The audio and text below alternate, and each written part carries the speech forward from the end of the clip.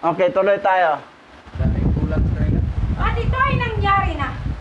Pagkatapos nito na inutusan ni Joseph ang kanyang mga tagapaglingkod na mga manggagamot na imbalsamahin ang kanyang ama ng mira at kamangyan at lahat ng uri ng insenso at pabango at inimbalsamo ng mga manggagamot si Israel gaya ng iniutos sa kanila ni Joseph at ang buong bayan ng Ehipto at ang mga matanda at ang lahat na tumatahan sa lupain ng Gosen ay umiyak at nagdalamhati kay Israel at ang lahat ng kaniyang mga anak at ang mga anak ng kaniyang sambayan ay nananaghoy at nagdalamhati sa kanilang amang si Israel na maraming araw.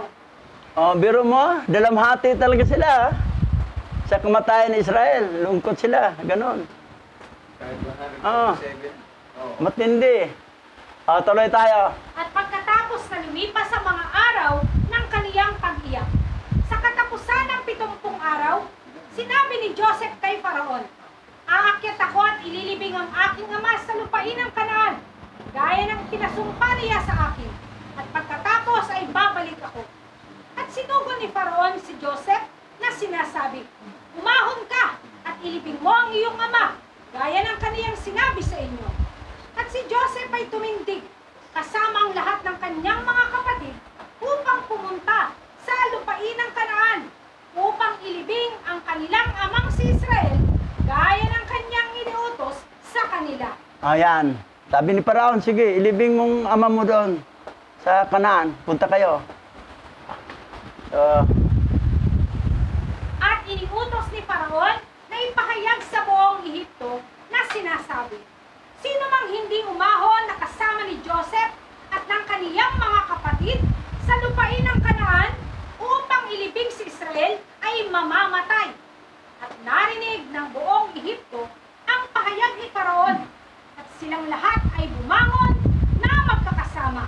At ang lahat ng mga lingkod ni Faraon at ang mga matanda sa kaniyang bahay at ang lahat ng matatanda sa lupain ng Ehipto ay umahon na kasama ni Joseph. At ang lahat ng mga pinuno at ang mga mahal na tao ni Faraon ay umahon bilang mga lingkod ni Joseph. At sila'y umaon upang ilibing si Israel sa lupain ng Kanaan. At binuhat ng mga anak ni Israel ang kabaong ni Israel, ayon sa inuutos sa kanila ng kanilang ama. Ay gayon ang ginawa ng kaniyang mga anak sa kaniya. Matindi ang utos ni Paraon. Oh, sabi ni Paraon ha, at inuutos ni Paraon na ipahayag sa buong Ehipto na sinasabi, sino mang hindi umahon na kasama ni Joseph at sa kanyang mga kapatid sa lupain ng Kanaan upang ilibing si Israel ay mamamatay. Ang hindi sumama. Sabihin lahat ng Ehipto, Oh, sila. sama talaga lahat kasi ipapatayin pag hindi sumama. Walang natira, mas Paraon na lang. Matindi. Katulad yung salubungin si Israel. Sabi ni Joseph, ang hindi sumama ay papatayin. Ay yung sinulubong, aba. Ang iba naman, umakyat na lang sa bubungan para makita ng pagdaan. Pwede nasa loob ng bahay. Ganon ang katindi ang batas kasi. Ang hindi magsamba ng Sabat Patayin. ay patayin. Oh, hindi na pwede ngayon. Ang dami patayin, maubos na tayo, dalawa lang matira, at tatlo na lang. Para sa pag-asawa lang yan. Ikulong man tayo. Para sa pag-asawa lang yan. Pag pumatay tayo ngayon, ikulong man tayo. Oo. Hindi pwede. Ganon. Di wala Tapos ang magtrabaho sa araw ng Sabat ay dapat mamatay. patay. Ganon ang tura. Wala Ang batas ni Moses. Sunod.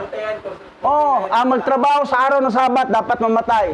Ang hindi magsamba sa araw ng Sabat ay dapat mamatay. Dito ang hindi sumama sa paglibing kay Israel ay patayin. Okay. Okay talaga. Ganon kahigpit ang batas. Ngayon, gumagawa ng batas ngayon. Si Ruben Padilla, Senator. 10 years old up to 14. Gusto ko yan. Dapat makulong ang gumawa ng tama yon. Yan ang ano, manalo siya lalo dyan. Pero ito namang si ano, si Kiko, Kontra. Kumukontra. Balik ko yun eh. Iko, balik ko. Gawa na niya si Iko. Oh, wala talaga itong Kiko. Magawa nila, walang silbi. Daming magnanakaw, daming ano kayo mga bata. Tutusan eh. Kasi kailangan kasi yung batas mahigpit para hindi mamihasa yung tao.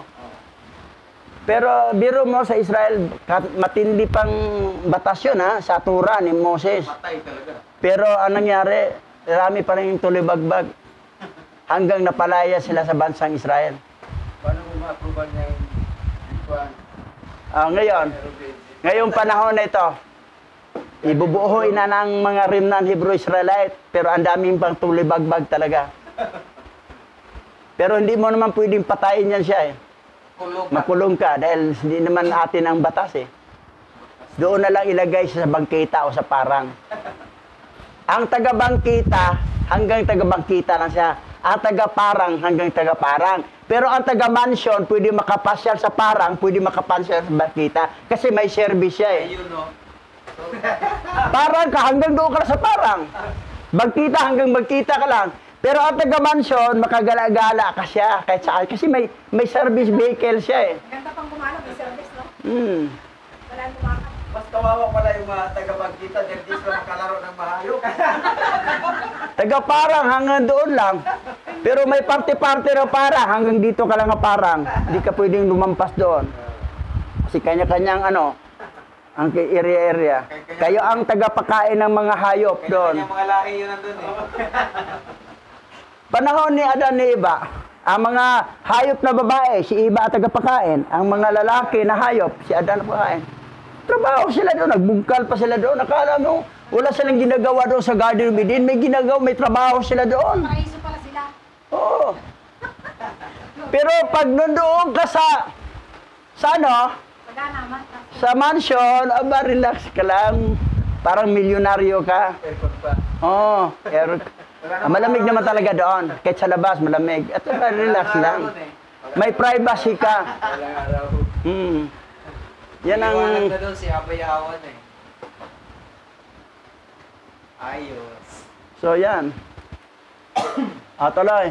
At ang kabaong ay taganas na ginto Wow. at binalot sa palibot ng mga batong onyx at bidilyo. At ang takip ng kabaong ay gintong yari sa hinabing sinulit at sa ibabaw ng mga iyon ay may mga kawit na mga batong onyx at bidilyo. At inilagay ni Joseph sa ulo ng kanyang ama na si Israel ang isang malaking gintong korona. At siya ay naglagay ng gintong setro sa kanyang kamay. At pinalibutan nila ang barong gaya ng nakaugalian ng mga hari sa kanilang buhay. Atin pantay. At ang lahat ng hukbo ng Ehipto ay nauna sa kaniya sa hanay na ito.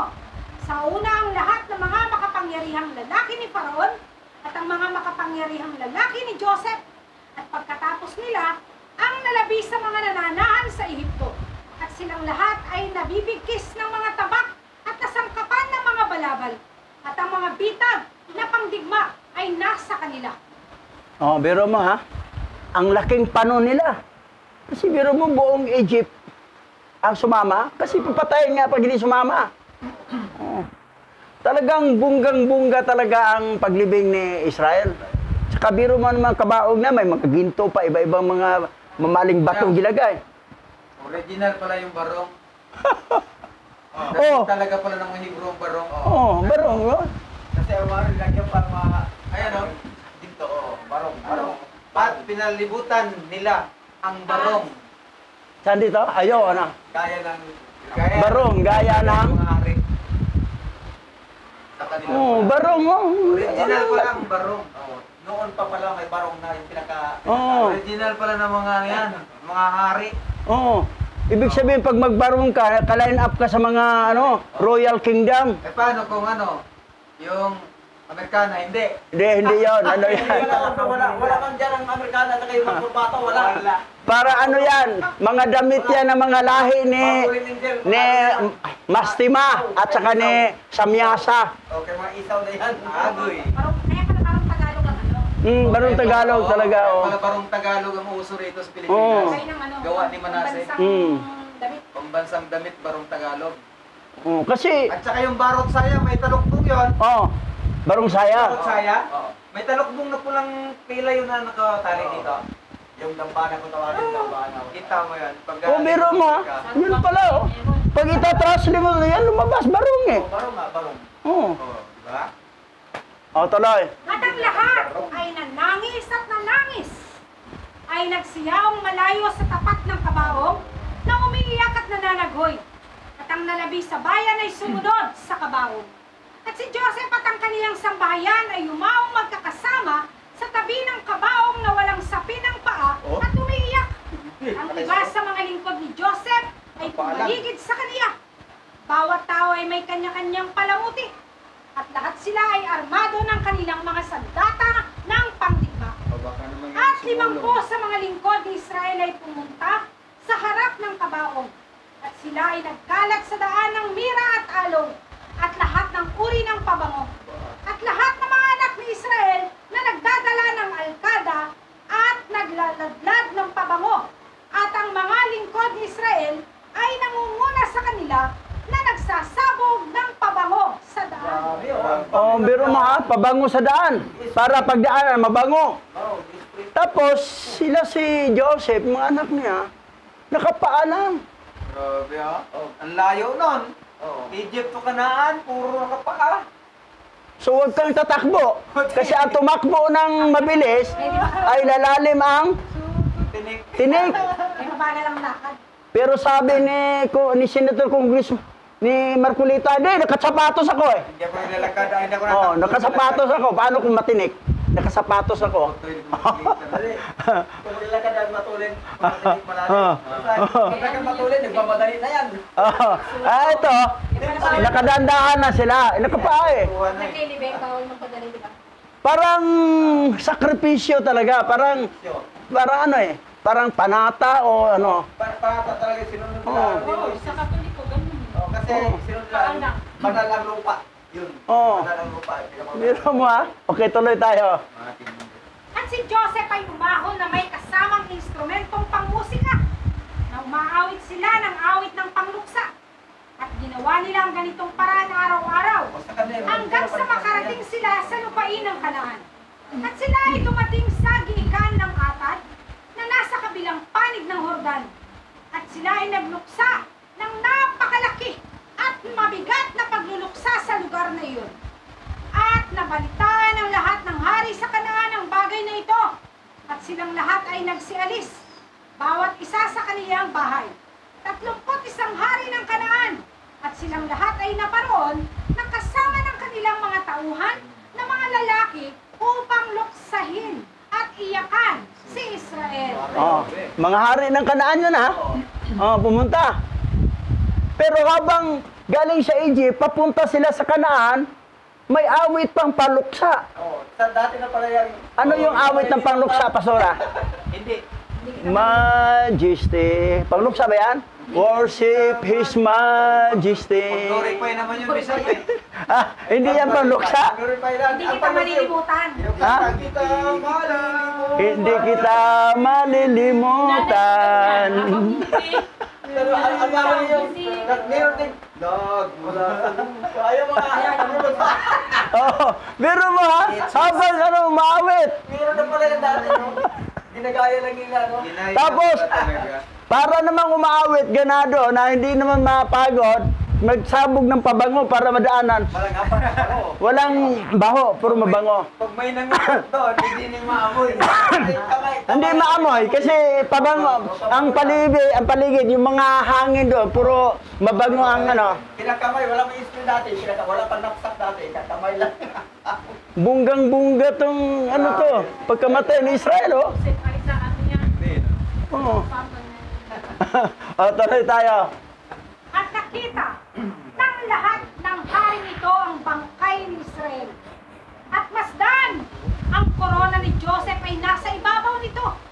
At inilagay din nila ang kanilang mga korona sa ibabaw ng kabaong. At pinalibutan ito ng mga korona. At ang lahat ng mga hari nito ay gumawa sa dakong yaon ng isang malaki at mabigat na pagluluksa kasama ng mga anak ni Israel at ng mga Ehipsyo dahil kay Israel, sapagkat nalalaman ng lahat ng hari sa Kanaan ang kagitingan kaniyang mga anak. At ang balita ay dumating sa mga anak ni Esau na nagsasabi, namatay si Israel sa Ehipto at dinadala siya ng kaniyang mga anak at ng buong Ehipsyo sa lupain ng Kanaan upang ilibing siya. At narinig ng mga anak ni Esau ang bagay na ito na sila'y naninirahan sa bundok ng Seir. At sila'y tumindig kasama ng kaniyang buong bayan at ng kaniyang buong sambayan, isang bayang buong dakila. Dakila rin. Ang bansang Seir na tinirahan ng mga lahi ni Esau. So, nalaman nila na namatay si Israel, pumunta rin sila. Oh, buong bayan din ha, sumama. Tuloy. At nangyari, nang dumating ang mga anak ni Esau, ay kanilang ipinagluksa ang kanilang tiyuhin na si Israel. At ang buong Ehipto at ang buong Kanaan ay muling bumangon at nagluksa ng isang malaking pagluluksa na kasama ang mga anak ni Esau dahil kay Israel sa dakong iyon. At dinala ni Joseph at ng kaniyang mga kapatid ang kanilang amang si Israel mula sa dakong iyon. At sila'y naparoon sa Hebron upang ilibing si Israel sa yungib ng Macpela sa tabi ng kaniyang mga magulang. At sila ay nagsidating sa Kiriath Arba sa yungib. At nang sila'y dumarating ay tumayo si Eliphaz na kasama ng kaniyang mga kapatid laban kay Joseph at sa kaniyang mga kapatid na hadlangan na ilibing sa yungib ng Macpela na sinasabi, si Israel ay hindi dapat ililibing dito sapagkat ito'y pag-aari ng aming ama na si Esau. Yan. Ito na ngayon. Ayaw nila kasi ang akala ng mga anak ni Esau, panganay na anak na si Eliphaz, isa aming tatay ito eh. Hindi yan pwede, ilibing yan. Oo. Kasi panganay eh. Ang panganay talaga magmana. Ngayon, ano nangyari? At narinig ni Joseph at ng kaniyang mga kapatid ang mga salita ng mga anak ni Esau. At siya'y nagagalit ng mainam. At nilapitan ni Joseph si Eliphaz na sinasabi, ano itong bagay na inyong sinalita? Tiyak na namana ito sa aking amang si Israel para sa malaking kayamanan. Pagkamatay ni Isaac, ngayon ay 25 taon na ang nakakaraan. At gayon din ang buong lupain ng Kanaan ay binili niya para sa kanyang mga binhi.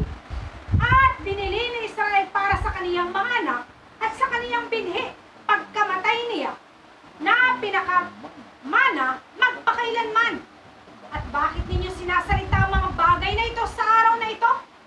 At sumagot si Eliphaz na nagsasabi, ikaw ay nagsasalita ng kasinungalingan at nagsasabi ng mga kasinungalingan sapagkat mana ito sa aming ama na si Esau dahil siyang panganay na anak ni Isaac. Ito na ngayon. Maggira na to. Eh, may mga armas pa naman yung mga kasama si Joseph. Kumpletong armas yun eh. Mga Egyptian, mga kapatid niya. Banatan na to ngayon. Ngayon, ito nangyayari na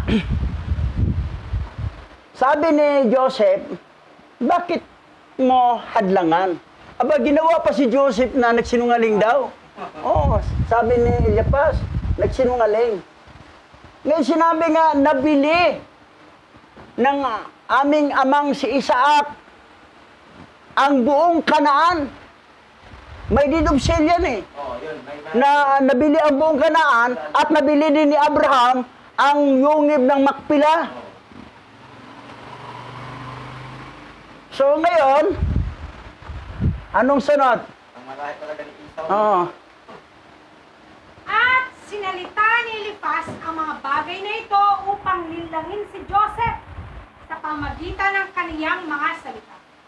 Sapagkat nalalaman ni Eliphaz na wala si Joseph noong mga araw na iyon nang ipinagbili ni Esau kay Israel ang kanyang pagkapanganay. At sinabi ni Joseph kay Eliphaz, tunay na isinama ng aking ama ang mga bagay na ito sa iyo sa talaan ng pagbili. At pinatotohanan ng talaan kasama ng mga saksi. At masdan, ito ay nasa amin sa Ehipto. At sumagot si Eliphaz na sinasabi sa kanila, dalhin ninyo ang talaan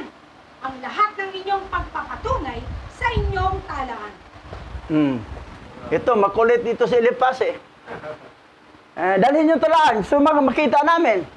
Isasabi Joseph meron. Yung deed of sale, kumplito kami, talaan, nasa Egypto. Dahil, biro mo, buong Kanaan, nabili ni Isaac. Di, siyempre, pag nabili, sino magmana? Israel. That's why ng bansang Israel. Hindi naman na inagaw lang yung sa gira-gira, kundi nabili talaga. May talaan. Ngayon, dito na magamit ang grandlolo mo, siya ang patakbuhin mo, kasi mabilis yun eh. Mabilis yun eh. Tuloy. At tinawag ni Joseph si Neptali na kaniyang kapatid. At kaniyang sinabi, magmadali ka, huwag kang tumigil. At isinasamo ko sa iyo na tumakbo ka sa Egypto. Dalhin mo ang lahat ng talaan, ang talaan ng pagbili, ang silyadong talaan, at ang bukas na talaan. At gayon din ang lahat ng unang talaan, upang saan nakasulat ang lahat ng mga transaksyon ng karapatan sa pagkapanganay, dalhin mo dito. At iyong dadalhin ang lahat ng mga talaan dito, upang malaman ni Elipas at sa kaniyang mga kapatid ang lahat. At si Neptali ay nakinig sa tinig ni Joseph, at siya ay nagmadali at tumakbo upang lumusong sa Ehipto. At si Neptali ay mas magaan ang kanyang mga paa at mabilis tumakbo kaysa alinman sa mga usa na nasa ilang, sapagkat siya ay humahakbang sa mga uhay ng trigo nang hindi madudurog. Ganun katindi ang grandlolo mo. Oh, Pastora Daikik, ganun katindi ang grandlolo nyo. Para ano pa rin? Para pala yung... Parang lumilipad sa ere. Hindi masisira yung mga trigo. Oh. Tiger jump, oh. Oh, hindi masisira trigo. Lumilipad sa area mo, tumatakbo. Oh, grabe, ang bilis. Oh, ang bilis tumakbo. Kaysa alinmang usa na nasa ilang. Talo pa yung usa. Talo pa. Winner nung Ang galing talaga ni Neptali, oh. Mana pala ko sa lolo. Mana ka, oh. Di ba? Hindi basta-basta ang hingalin, oh. Rally ako sa ano. Rally ako sa ano. Oh, yun. Banner sa San Francisco, eh. So, ganon kabilis pala, oh. Oh, kita mo, ha? Ginawa na nila ako dati dahil Maliit maliit. siguro si Neptali, magaan eh. Magaan nga, eh. Hindi masira ang trigo, oh. Biro mo, hindi madudurog habang dinadaanan. Magaan yan. Maliit lang siya. Alam ni Joseph na ito ang utusan para mabilis, makabalik agad. Pag yung ibang bagay. O, tuloy. At nang makita ni Elipas na si Neptali ay umaon upang kunin ang mga talaan, siya at ang kanyang mga kapatid na lalaki ay nagpakalakas ng kanilang pagtutol laban sa yungib ng Macpela. At si Elipas at ang lahat ng kanyang mga tao ay tumindig laban kay Joseph at sa kanyang mga kapatid upang makipagdigma.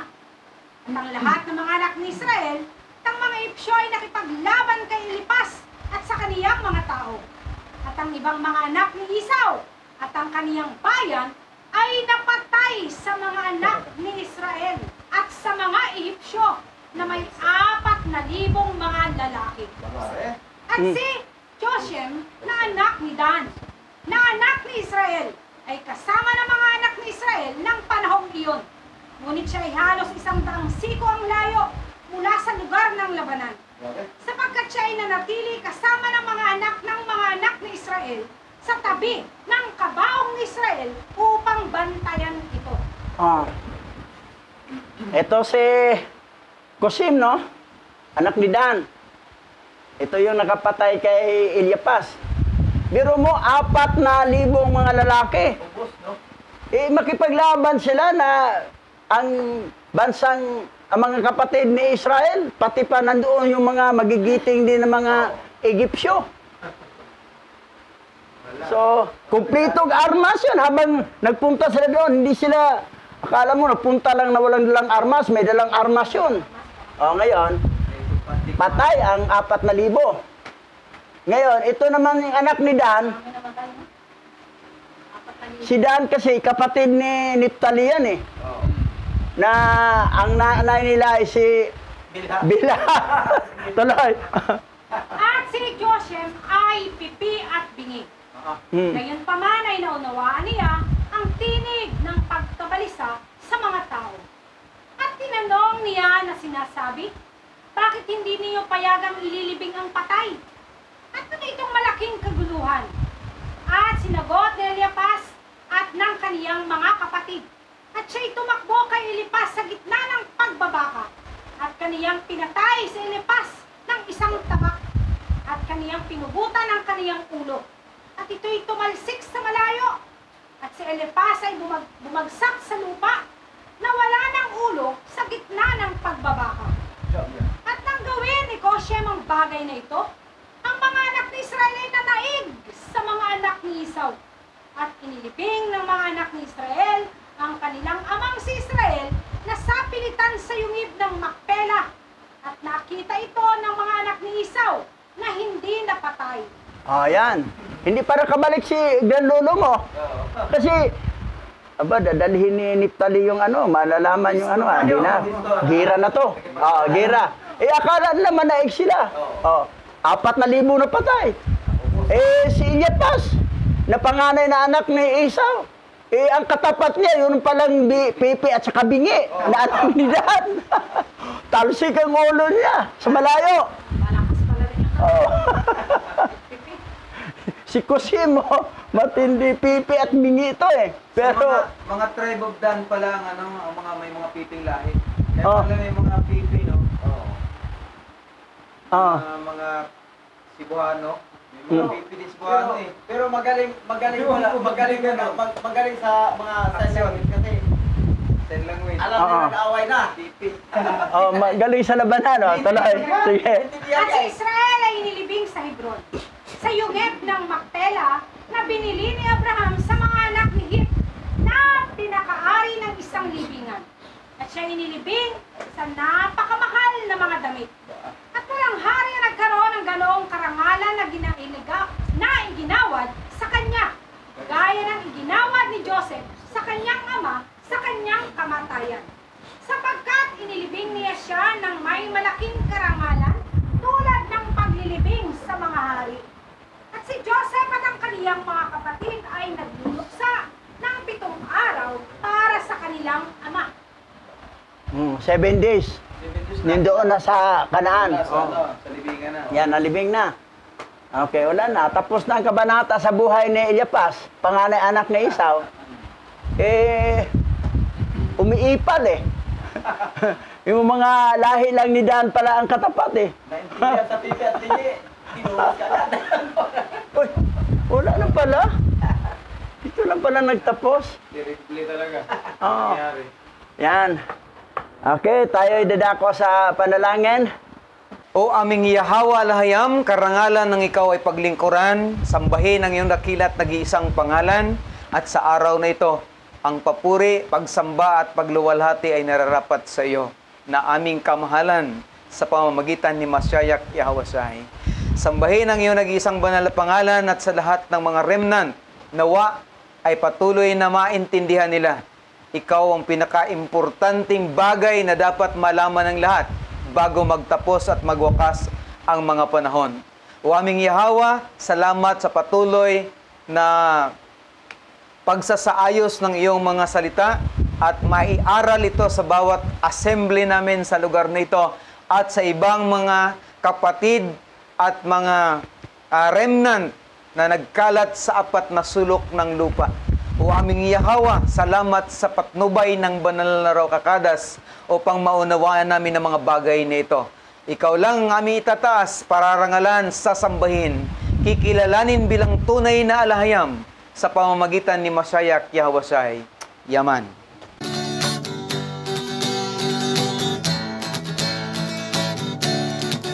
Aba Yahawa, Isya Yahweh, ang may likha ng ating buhay. Aba Yahawa,